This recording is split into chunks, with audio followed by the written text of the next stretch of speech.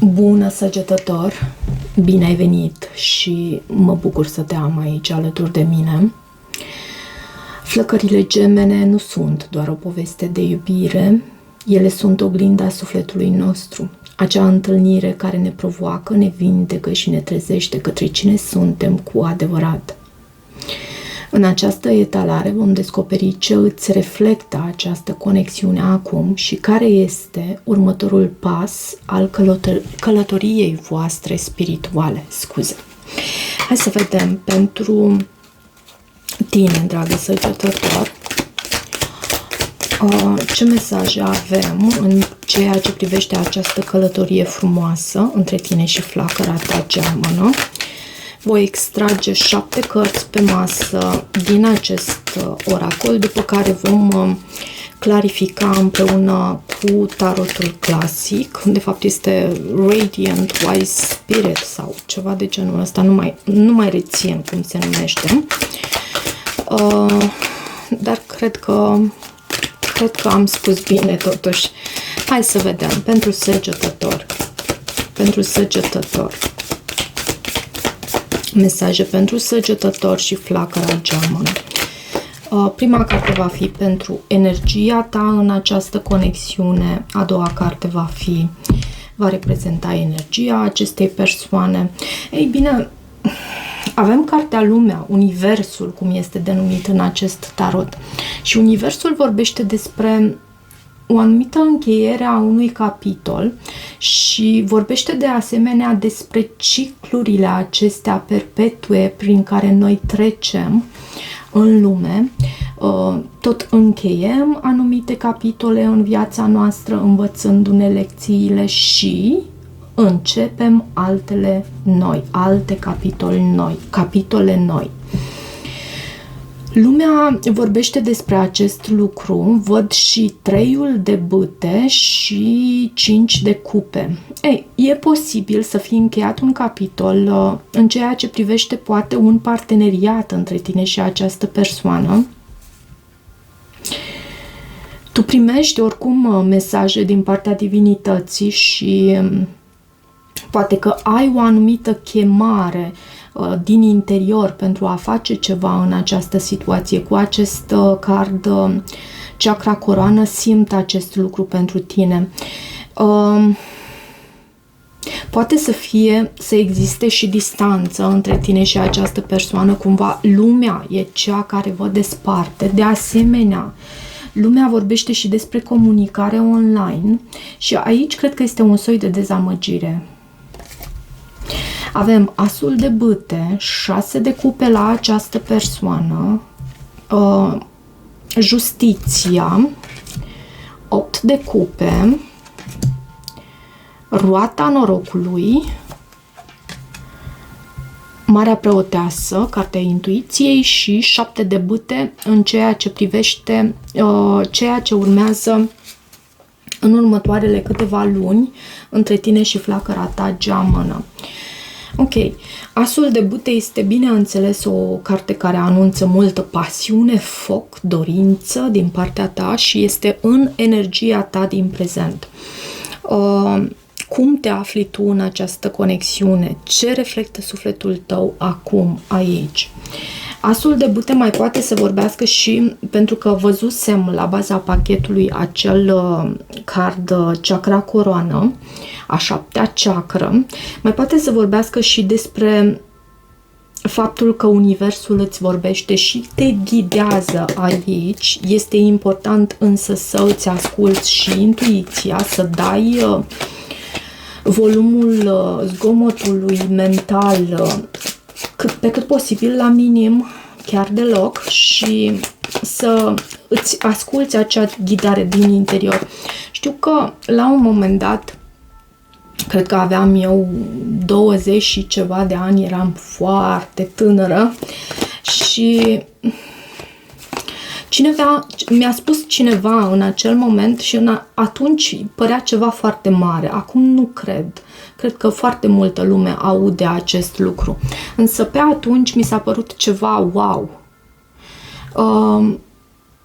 Și ce mi-a spus persoana respectivă? Mi-a spus că singurul ghid, de fapt singurul, cel mai bun ghid pe care e bine să îl asculți este ghidul tău interior. Ghidul tău interior, vocea ta. Și hai să vedem ce este cu acest as de bâte. Aici 3 de bâte, o așteptare. E ca și cum tot ceea ce tu ți-ai dorit vreodată e în portul tău. Mai e un picuț însă de așteptat, ok? Avem și a doua carte și este vorba despre diavol. Diavolul și nebunul. Știi ce mai poate fi aici și ar fi bine să fie astfel? E ca și cum tu întorci spatele la ceea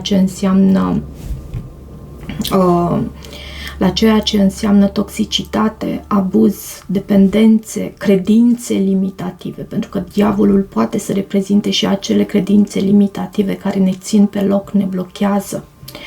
Și din această comunicare pe care tu ai cu Universul îți dai seama care îți sunt aceste credințe limitative și reușești să te eliberezi de ele. Prin intermediul acestei conexiuni tu reușești să te desprinzi de anumite lucruri care altfel nici măcar nu le-ai fi văzut în viața ta că există. La această persoană, energia flăcării tale gemene în prezent, unde se află în călătoria personală și care îi sunt blocajele sau dorințele acestei persoane, avem 6 de cupe. 6 de cupe vorbește despre dor.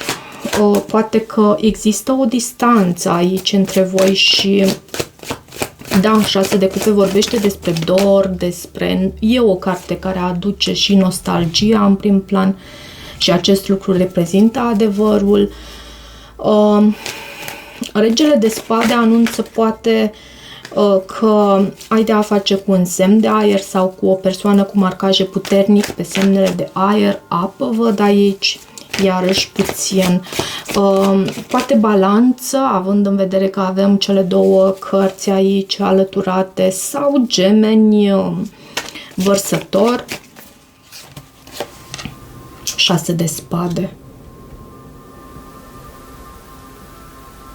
Să știi că acest rege de spade este și o persoană, e un bun strateg. Și 10 de spade. Posibil încearcă să lase ceva în urmă și are sens cu acest card lumea pe care îl vedem acolo.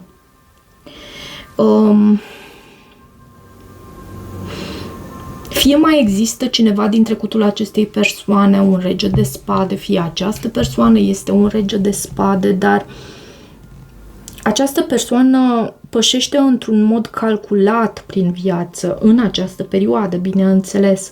E o persoană care e ca și cum ar juca șah, fiecare mutare la timpul său, nu se grăbește. Și văd și acest 6 de spade și 10 de spade. Mie îmi dă sentimentul că această persoană e nevoită să plece undeva anume, poate de aceea și această așteptare a ta. Mai dă-mi o carte aici, pentru că nu simt că am prins tot ceea ce trebuia să prindem. Care este energia flăcării tale gemene în această perioadă? Turnul. Și era acel 10 de spade anterior la baza pachetului. Și din nou, acum l-am văzut, din nou 10 de spade. Ca și cum un anume capitol dintre voi s-a încheiat. Asta nu înseamnă că relația voastră s-a încheiat, acest lucru nu are cum să se întâmple. Da, flăcările gemene se pot reuni pentru a-și învăța lecțiile, pentru ca mai apoi fiecare să își vadă de drumul său, dar în esență voi sunteți, atunci când universul a fost creat, sufletul vostru nu că a fost împărțit, pentru că ești întreg. Voi ați fost creați împreună. Și aici această persoană simte nevoia să se detașeze pentru o perioadă, să lase trecutul în urmă, să lase un anume capitol în urmă, ceva a decepționat-o, ceva a făcut-o să își păstreze, să își seteze anumite granițe, să se apere. Justiția reprezintă zodia balanță și o avem în oglinda dintre voi, ce oglindiți unul în celălalt, ce tipar comun se revelează acum. E ca și cum voi căutați să echilibrați ceva anume aici, pentru că justiția reprezintă și adevărul, reprezintă justiția, dacă îți amintești, în tarotul clasic are acel cântar, compas în mâna stângă, mâna stângă, da. Și reprezintă subconștientul. Și e cântarul în care faptele sunt puse în balanță, cele bune, cele rele, se alege bobul de neghină cumva și în ceea ce voi oglindiți, cred că amândoi aveți o atitudine fair play aici. Roata norocului, ok? Vine cu anumite cicluri, vine cu o anumită schimbare. Roata norocului este și cartea norocului. Și 8 de bâte. Știți ce mi-a venit acum în minte cu acest card al manifestării? E ca și cum voi nu alegeți pentru această conexiune ruta aceea care e cea mai rapidă, cea care te duce cel mai repede în locul în care tu vrei să ajungi, ci alegeți acea modalitate de a acționa care cu adevărat să fie benefică pentru relația voastră. Simt aici. Pentru că această carte, Justiția, este și o carte pentru principiul acesta cauză-efect. Sunt anumite acțiuni pe care noi le putem face și care vin după aceea cu anumite consecințe. 8 de cupe îl avem în provocarea karmică. Aici, repet, și cu acest card lumea și 8 de cupe aici, în lecția pe care voi trebuie să o învățați, pentru unii dintre voi este vorba despre a învăța să vă vindecați în solitudine, în retragere, dar pentru unii dintre voi văd o plecare, văd pe cineva care se detașează, cel puțin din punct de vedere emoțional, și nu e un răsfăț pentru această persoană, e un lucru cerut din partea Universului.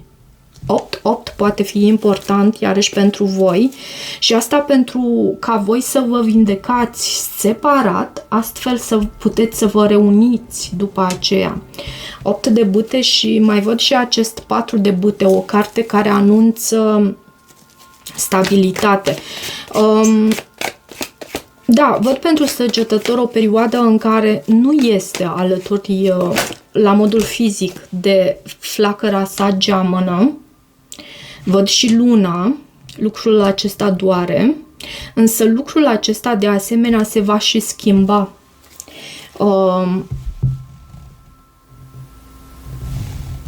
Provocarea karmică pentru voi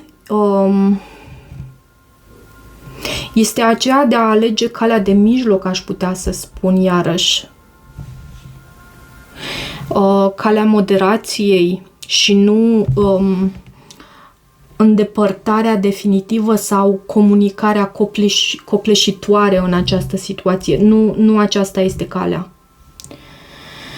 Vindecarea necesară arată acest card, roata norocului sau destinul, cum este denumit în acest pachet de cărți. Avem roata norocului deja aici pe masă, ce are nevoie inima ta să vindece, ce are nevoie să vindece flacăra ta geamănă.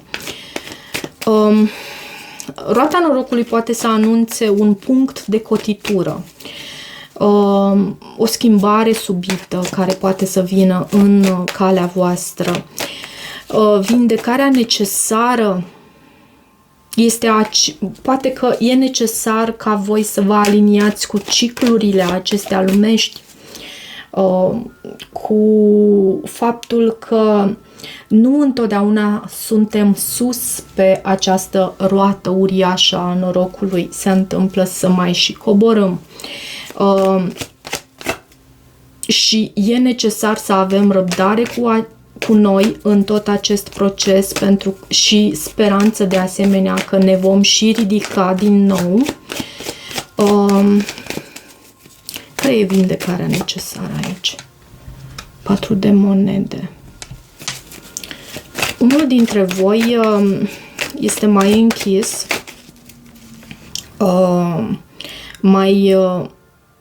o persoană de aici, pentru o persoană de aici, stabilitatea este mult mai importantă și nu reușește să se lase dus de valul acesta al vieții, de flow-ul vieții. 6 de cupe. 6 de cupe și 10 de monede. Am sentimentul că m-am îndepărtat.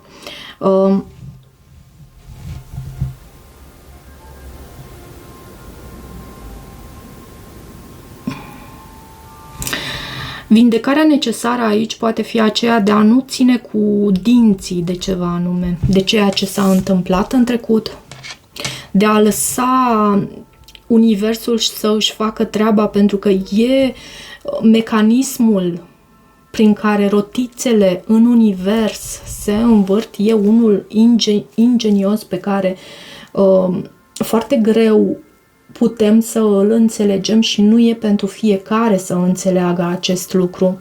De asemenea, cumva să nu ții cu dinții de ceva ce s-a întâmplat în trecut, să vrei ca această relație să rămână în același stadiu cum a fost în trecut, să duci dorul la ceea ce a fost în trecutul vostru, să lași roata să se învârtă. Asta văd aici. Misiunea sufletului în această etapă, care este rolul acestei conexiuni acum pentru amândoi, avem intuiția, Marea Preoteasă. Marea Preoteasă în tăcere cunoaște. Marea Preoteasă își ascultă intuiția, bineînțeles, și avem Soarele, reprezintă adevărul, 3 de cupe și Cavalerul de cupe. Aici va exista o ofertă de dragoste din nou. Va exista o întâlnire între voi, o reuniune. Cineva poate își va arăta, se va deschide ușor și își va arăta din sentimentele, din spațiul inimii, din ceea ce simte pentru celălalt. Intuiția, bineînțeles, iarăși este un aspect foarte important în ceea ce privește misiunea sufletului vostru în această perioadă. Comunicarea telepatică. Voi cunoașteți lucrurile într-un mod care pare să nu fie realist, dar cunoașteți realitatea. Intuiția voastră vă vorbește și foarte mult conectați din punct de vedere intuitiv. Cunoașteți, percepeți, de fapt, din stările celuilalt foarte ușor, iarăși. 7 de bâte acum este în ceea ce urmează pe termen scurt. Spre ce energie vă îndreptați în următoarele luni? Cum se poate manifesta unirea sau apropierea? 7-le acesta de bâte, chiar din titlul acestui card, vorbește despre a-ți apăra granițele, despre a te ridica în picioare pentru dreptul tău, despre a cere ceea ce este al tău, despre a apăra ceea ce este al tău. Hai să vedem ce urmează între voi aici. Eremitul. Poți să ai de a face și cu o fecioară, mai văd leu aici, pești, rac, săgetător, zodia ta, scorpion, capricorn. Și bineînțeles balanță și pești iarăși. Mai vreau o carte aici. 2 de bâte. Cu un bun plan tu vei ajunge pe acel mal la care tu tânjești. Poți să ai de a face, uite, din nou zodia pești este subliniată. Poate că aceste eclipse, și am văzut că pentru fecioară cel puțin, fecioara având nodul sud în zodia sa, cumva a fost sabotată această citire și citirea fecioarelor și a ieșit o energie destul de grea pentru această perioadă. Dar văd că tu aperi ceea ce este al tău, văd că voi apărați ceea ce este al vostru, înțelepciunea, și a acționa din înțelepciune și nu din